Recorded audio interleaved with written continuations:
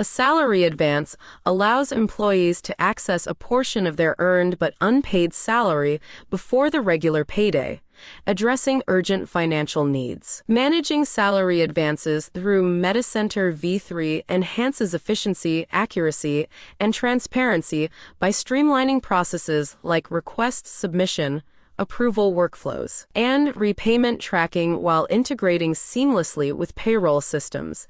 This reduces administrative burdens, enforces organizational policies, improves financial planning, and fosters employee satisfaction through secure, real-time access to records. To create a salary advance request, navigate to the Human Resource module and select Salary Advance to open the Salary Advance panel. From the drop-down list, select the name of the employee requesting the advance, ensuring the request is linked to the correct individual for accurate tracking. Enter the total amount requested by the employee to provide clarity and allow for evaluation within the organization's financial constraints. Include a brief description or reason for the advance, such as medical emergency or personal needs, to align the request with organizational policies and support decision-making. Specify the starting month and year for repayment using the Pay from Month and Year fields,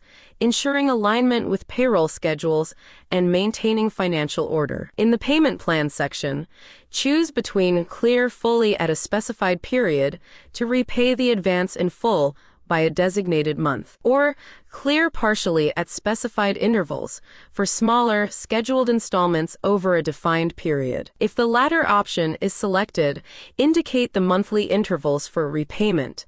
Finally, review all the details for accuracy and click the Add button to save the request. This action logs the request into the system, initiating approval workflows and updating financial records. By following these steps, MediCenter V3 ensures salary advance requests are processed efficiently, fostering trust, transparency, and operational excellence while supporting both employees and management.